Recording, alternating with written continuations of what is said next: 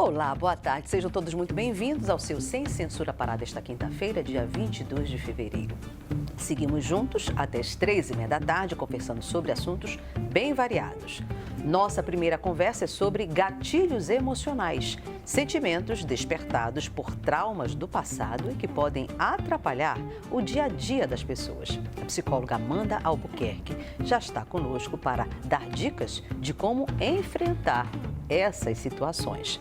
Também falamos sobre o apocalipse, o tempo do fim do mundo. O assunto nunca sai de moda e ganhou ainda mais destaque neste carnaval depois de uma confusão entre artistas nacionais. O professor Manuel Moraes, coordenador do programa de pós-graduação em Ciências Sociais da UEPA, é o nosso convidado para tirar dúvidas sobre o tema. E divulgamos programação da Academia Paraense de Ciências Contábeis, com posse da nova gestão e lançamento de livro. O presidente da academia, João Silva, convida para o evento e fala sobre a história da contabilidade em nosso estado. Quem recebe hoje a sua participação pelas nossas redes sociais é a produtora de TV, Isabela Leite. Oi, Isabela, boa tarde. Boa tarde, Vanessa. Boa tarde a nossa convidada e boa tarde você, telespectador do Sem Censura Pará. Para participar é muito fácil, é só mandar uma mensagem para o nosso WhatsApp informando o seu nome e bairro para o 988957957 ou participar também pelo Twitter com a hashtag Sem Censura PA. Opa, não é Twitter, é o X. É isso, participem. Vamos lá, você sabe que o nosso programa é ao vivo todas as tardes, começando logo depois do Esporte e Cultura, com uma reprise à noite a partir das 23 horas. Então vamos ao que interessa, gente, pauta que todo mundo de casa gosta muito. Você já deve ter ouvido falar sobre os gatilhos emocionais, certo? Esses sentimentos são despertados por traumas adquiridos no passado e que, na maioria das vezes, impede a pessoa de ter uma vida mais leve. Neste primeiro bloco, nós recebemos a psicóloga Amanda Albuquerque para explicar melhor a você aí de casa o que são esses gatilhos, como eles surgem e, melhor, como tratá-los. Querida, seja bem-vinda ao programa. Muito obrigada. Coisa boa poder lhe receber Obrigada aqui. Pelo Explica convite. pra gente, Amanda, o que são os gatilhos emocionais? Bom, como você mesmo falou, né? Os gatilhos emocionais, eles surgem a partir de um estímulo. E esse estímulo ele pode ser tanto interno, como, por exemplo, lembranças, né, algum acontecimento, uma memória, e externamente, né, estando, ou seja, no ambiente. Pode ser uma música, pode ser uma comida, pode ser um local que você vivenciou lá no passado, né, e que isso impactou significativamente a sua vida. Agora, pode ser de forma negativa e também de forma positiva. O que difere um gatilho emocional de uma memória afetiva?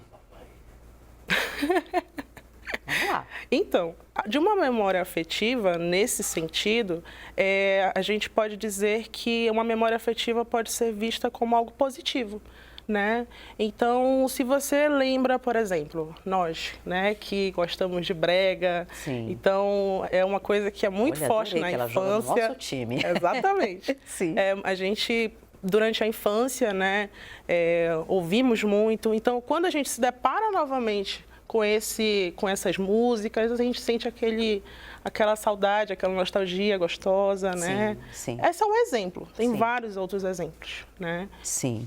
Quais são os tipos mais comuns destes gatilhos emocionais? Bom, pelo menos na minha prática clínica, o que costuma chegar de fato são situações de traição em relacionamentos, né? Acontece bastante. Sempre é um chifre? Exatamente. Puxa muito. Vida. Questão de abandono, Sim. abandono paterno, Sim. abandono materno, né? Acontece mais. Então, quando a pessoa se depara novamente com uma experiência que relembra esse fato, é o momento ali que ela paralisa, né?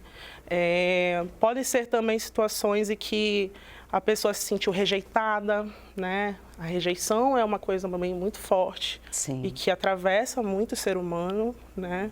Então, essas são algumas das possibilidades e que acontecem muitas vezes. Então, vamos ver se a gente consegue enumerar as principais. Que tipo de emoção um gatilho emocional dispara na nossa psique?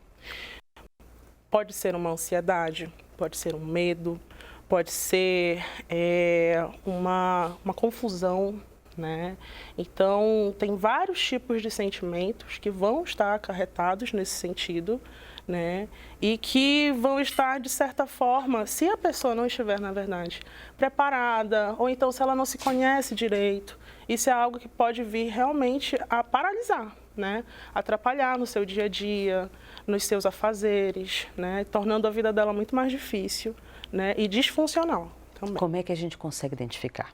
Bom, isso é um ponto muito importante, porque a gente, hoje em dia, vê muitas pessoas falando, né? Façam psicoterapia, façam psicoterapia. Sim. Claro, é muito importante, sim, fazer psicoterapia, mas é importante também incentivar a autorreflexão, né? Sim. Você se conhecer, você se ouvir, você legitimar as coisas que você mesmo sente, né? É uma forma de estar atento, né, ao que está acontecendo com você mesmo. Então, resumindo, você precisa se conhecer, se ouvir, entender o que você está sentindo, Sim. né? E também, de certa forma, não só entender, mas legitimar teus sentimentos, né? A descoberta de um gatilho emocional, ela é mais fácil numa pessoa que está passando pelo problema ou pelas pessoas que percebem que aquele indivíduo está passando pelo problema? É mais a visualização interna ou externa? Certo. Aí eu vou dar aquela resposta clássica de psicólogo, né? Que depende. Então, depende da situação. Os gatilhos emocionais, eles são extremamente particulares, né? Por exemplo, pode ser que algo desperte em você que não desperta em mim, mas que vai despertar em você, né? Só que, geralmente, quando uma pessoa, por exemplo, não tem esse acompanhamento, essa questão de você estar se questionando os seus sentimentos e tudo mais, é muito provável que também o outro veja. Por exemplo, se essa pessoa estiver ansiosa, estiver com oscilações de humor, né? Sim. Estiver, de certa forma, não comparecendo mais os locais que ela estava, essas são algumas das possibilidades. Você falava ainda há pouco que normalmente um gatilho emocional é gerado por um trauma. Esses traumas são mais comuns de ser criados na infância ou mesmo depois da vida adulta, eles começam a surgir? Eles podem acontecer na infância, muitas vezes, mas o que acontece também, muitas vezes, é que a pessoa ela só reconhece na fase da adultez, sim, né? Sim. Então, é aquela coisa que a gente chama até mesmo de insight, né? Às vezes a pessoa não lembra, mas a partir do momento que ela começa a trabalhar algumas questões sobre si mesma, sobre, enfim, a sua vida, e ela começa a perceber, ela pode ter um insight e lembrar disso na sua infância, né? Então pode ocorrer das duas maneiras, mas na infância é algo que acontece bastante. Como os gatilhos emocionais afetam os variados tipos de relacionamento? Relacionamento pessoal, relacionamento profissional, relacionamento afetivo. Tá. Bom, nesse ponto é algo que realmente afeta de cara já na comunicação, né? A pessoa não consegue elaborar, né? Não consegue, às vezes, comunicar como ela está se sentindo, né? Ela não consegue, por exemplo, até mesmo pedir ajuda para o companheiro ou para a pessoa, para a amiga, para a família, né? Então, isso pode afetar realmente de várias formas e fazendo com que ela fique cada vez mais distante, né? Acabe se fechando, às vezes acaba se isolando socialmente também. Sim. Né? Então, essa seria também uma forma de se sentir cada vez mais petrificada, né? Paralisada por esses sentimentos dentro de vários relacionamentos. O que previne uma pessoa de desenvolver um gatilho emocional? Isso é possível? Eu acredito que não, né? Por quê? Porque todos nós temos experiências significativas em nossa vida. Positivas e negativas. Positivas e negativas. Ok. Então, não é algo que seria possível, né? Isso é inerente à vida humana, faz da gente o ser humano. Então, eu diria que é muito mais fácil a gente olhar, fácil não, né?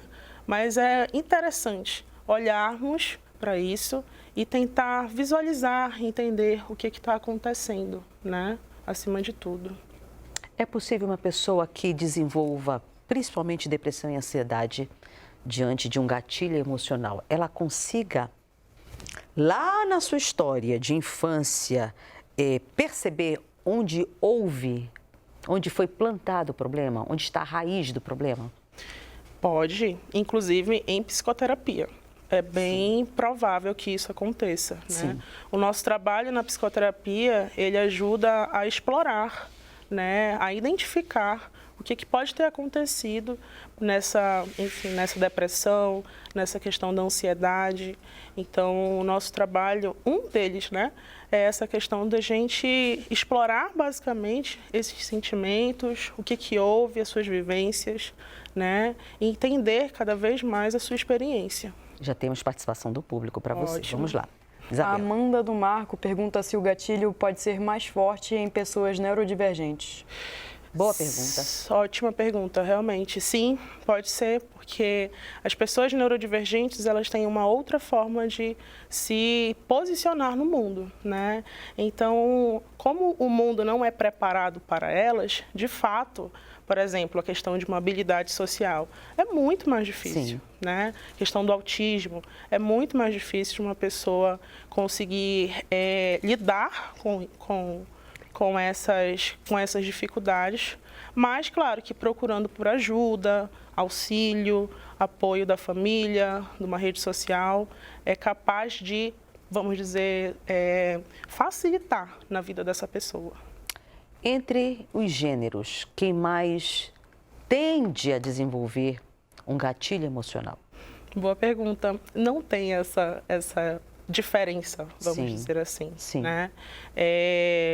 Na verdade, eu acho que o que a gente consegue, por exemplo, perceber muitas vezes, pelo menos dentro da minha prática clínica, são mulheres que passam por momentos de traição, né?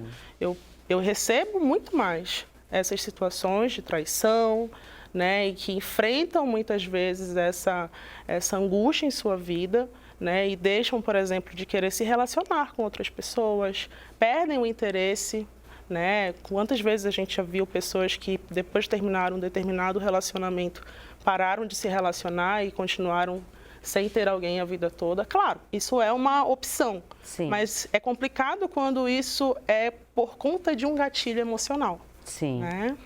Quais as maiores consequências de ignorar?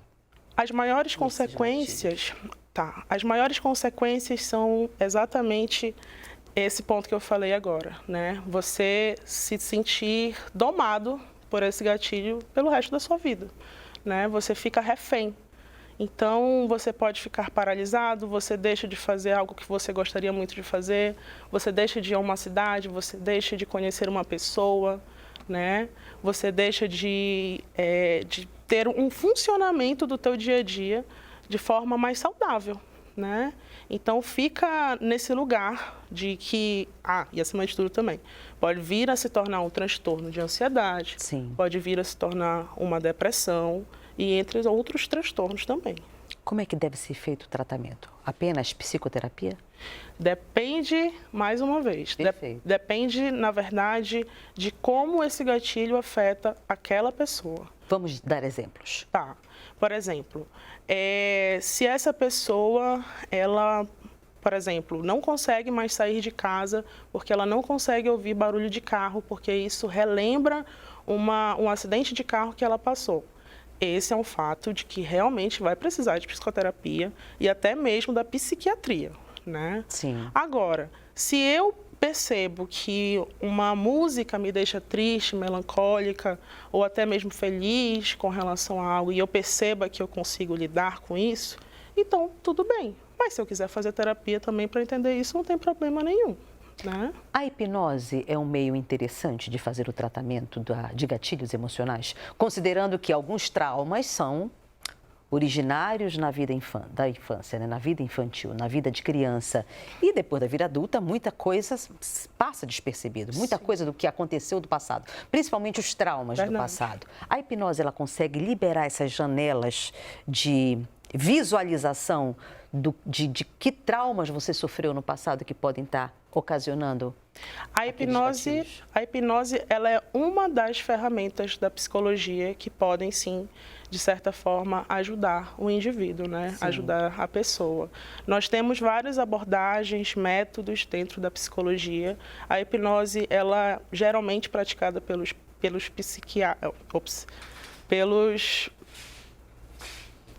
eu esqueci, psicanalistas, Sim, desculpa. sim. E no meu caso, eu sou da abordagem da Gestalt terapia, né? Então eu uso muito mais de outras ferramentas para que a gente possa, de certa forma, investigar profundamente, né, essas questões.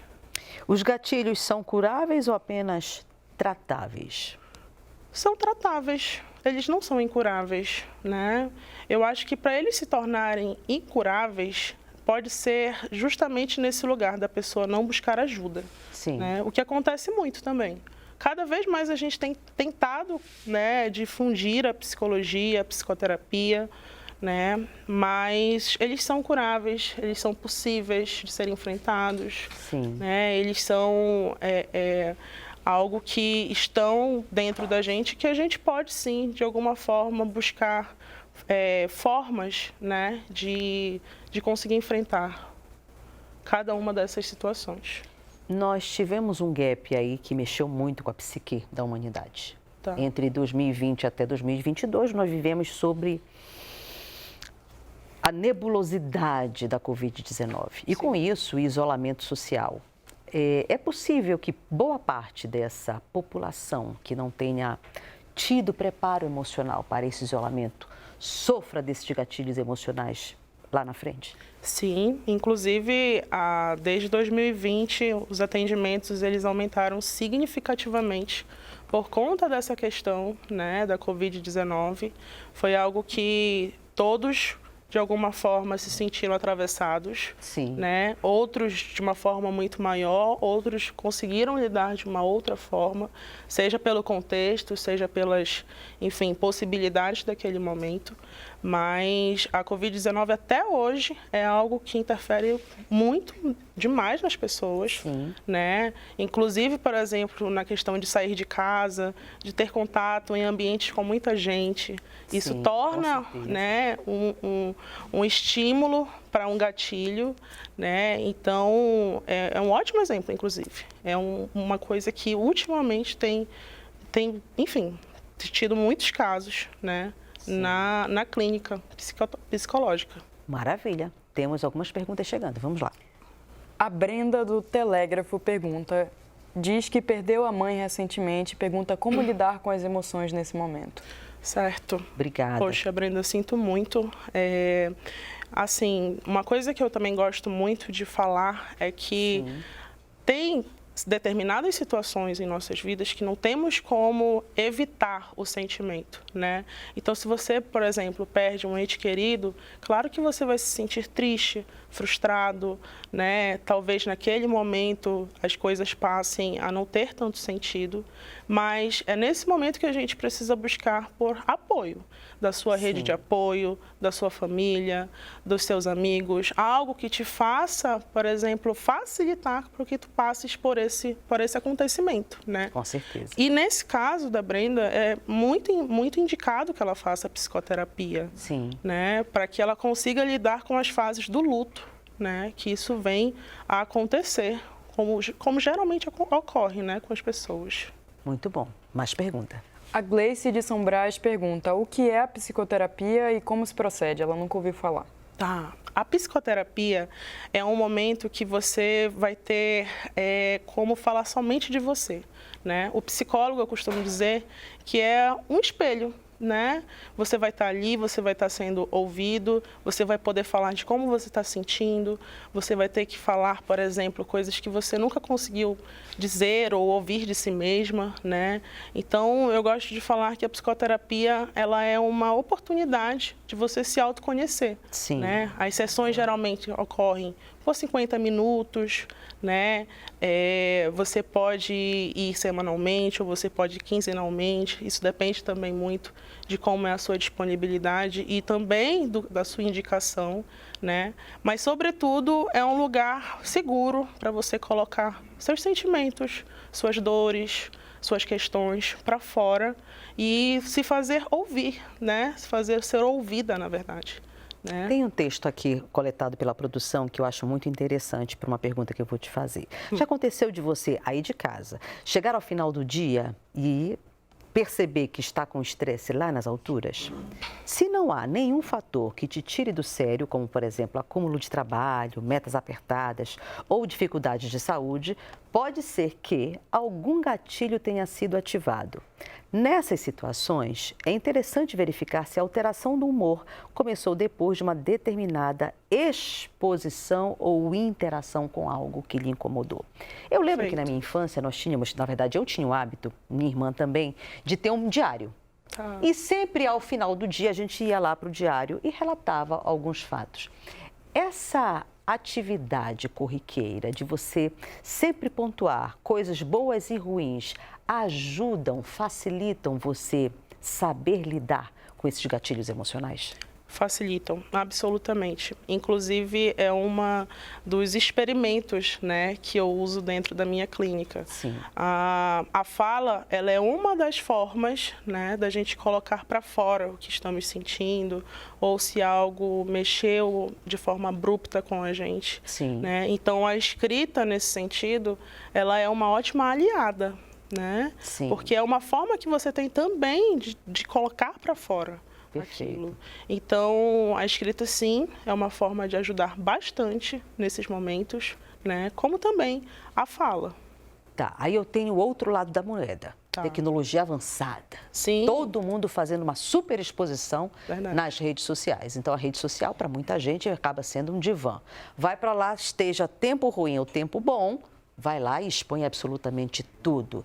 E aí, expondo a sua vida, você está suscetível a uma comunidade que muitas vezes você não conhece, você não tem o tete-a-tete, você não tem o olho no olho. Sim. Essa superexposição ajuda ou não a você saber lidar com os seus gatilhos emocionais? Essa é um ótimo questionamento, inclusive, porque as pessoas, elas estão nesse momento, nesse movimento de se expor, né? E a gente percebe que, às vezes, elas não têm noção do que aquilo pode engatilhar nelas. Sim. Né? Então, de certa forma, isso, dependendo de como essa pessoa é, de quais são as suas vivências, isso pode sim afetá-la, né? Sim. Mas não em todos os sentidos. Pode ser também uma forma dessa pessoa, vamos supor, se ela é tímida e ela começa a falar com o celular, começa a expor, e isso, de certa forma, facilitar para que ela consiga lidar com o gatilho da timidez, é uma forma de ajudar. Perfeito. Né? Muito Nesse boa sentido. colocação. Pergunta chegando. Temos um relato bem delicado de uma telespectadora que prefere não ser identificada. Ela diz que tem depressão, ansiedade e é bipolar. Ela faz tratamento, mas infelizmente não tem resolvido. Ela vive isso desde que sofreu abuso sexual, engravidou e fez o aborto aos 16 anos de idade. Hoje ela tem 41 anos e não consegue se livrar disso. Ela faz terapia, mas mesmo assim é muito complicado. Ela é casada há 20 anos, mas tem receio ao toque. Isso tem a ver com gatilhos emocionais? Como ela pode melhorar? Muito obrigada por expor a sua vida conosco. É verdade. Vamos lá. Obrigada pela confiança.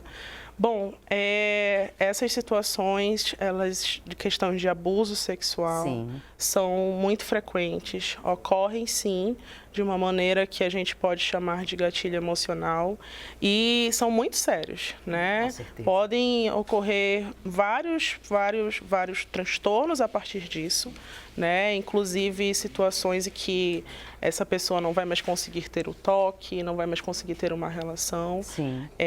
Mas para que isso de fato aconteça, né, ela precisa trabalhar, continuar trabalhando, verificar de que forma está sendo realizada essa psicoterapia, né, se tem medicação, né, indo ao psiquiatra, também tendo uma ótima rede de apoio. Com certeza. Né? Isso tudo são pontos que podem ajudar a contribuir, mas sim, que também está nesse ramo, né, do gatilho emocional, né, Sem desse dúvida. desencadeador emocional.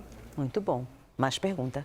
O Sérgio, do bairro da Condor, pergunta se entre as emoções mais corriqueiras, quando um gatilho é desencadeado, estão a raiva, tristeza, ansiedade e medo, e se praticamente qualquer coisa pode desencadeá-los, ocasionalmente também suas variações, dependendo das crenças, valores e experiências anteriores de cada indivíduo.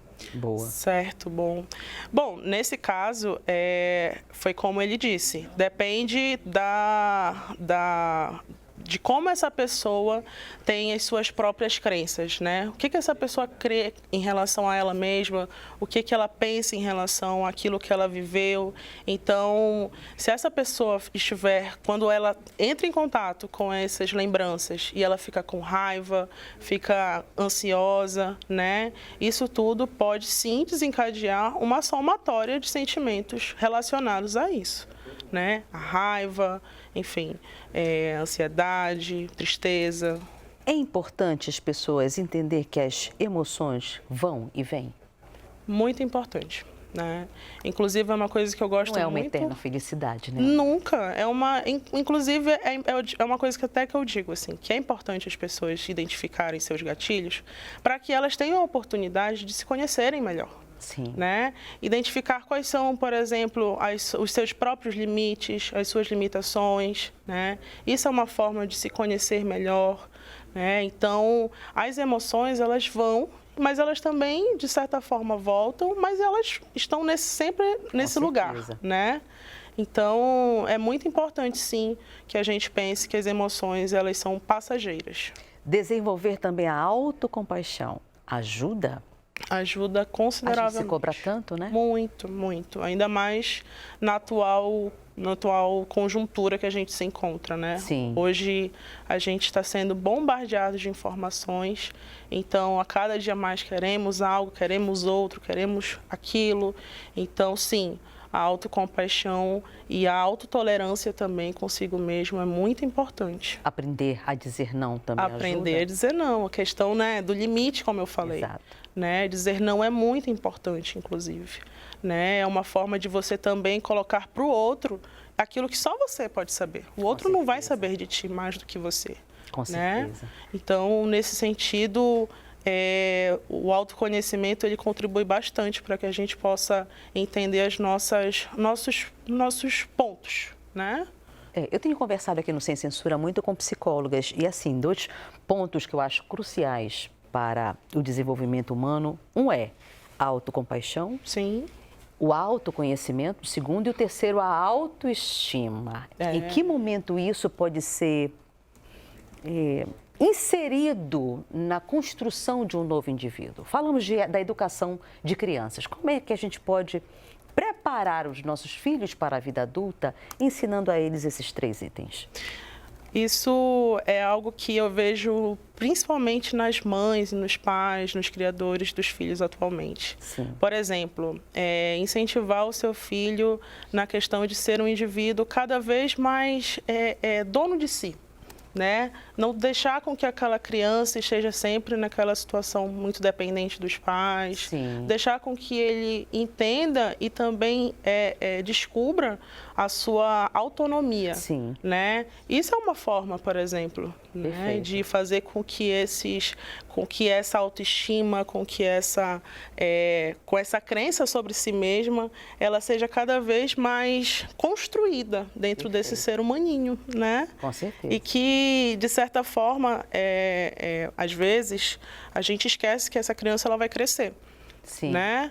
Então, é importante, sim, a gente sempre apoiar, né? Apoiar, incentivar, né? E, enfim, existem também outras formas desses pais, né, estarem presentes com os filhos sem que necessariamente estejam sempre fazendo algo por eles. Com né? certeza. Deixando com que essa criança ela seja ela mesma também, né? Amanda, o nosso tempo está quase chegando ao final. Vamos falar de coisas boas. A gente sabe que os gatilhos emocionais não constam só de coisas negativas. Verdade. Tem gatilhos positivos também. Sim. Como é que nós podemos melhorar o nosso astral com os gatilhos positivos? O que significa? Bom, os gatilhos positivos, eles são ótimas ferramentas para que a gente possa conseguir identificar coisas legais que a gente teve lá atrás, que a gente gostaria de fazer agora, por exemplo. Sim. Eu dei o exemplo até mesmo do brega, né? Então, se eu gosto de dançar, nossa, que legal, vou fazer isso, né? Se eu gosto de fazer uma comida que a minha avó fazia para mim na infância, legal. Então eu vou lá, vou fazer, né? E se eu gosto de viajar para um determinado local, né? As pessoas que gostam do interior do Pará, Mosqueiro, então que façam isso, né? Que entrem em contato, principalmente com essas lembranças e com esses gatilhos positivos de uma forma muito carinhosa, né? Voltando para si mesmo e também trazendo para si essa vivência novamente, com né? certeza. Que assim, com certeza, essa pessoa ela vai sentir, enfim, sentimentos bons, felicidade e é por aí. Muito bom. Amanda, adorei te receber aqui, foi muito obrigada. bom. Tem algum perfil nas redes sociais onde você normalmente conversa com o público? Sim, tenho. É o @psi.amanda. O Amanda é com 2 Ds. Sim. Sou um bebê dos anos 90. Então, é psi.amanda. Vocês podem mandar mensagem, minha DM está aberta e vai ser um prazer ajudar as pessoas. Muito bom. Um beijo no coração, meu anjo. Para você muito obrigada também, pela conversa. Vamos então, gente, a um breve intervalo. Daqui a pouco a gente volta com mais Sem Censura Pará. Até já.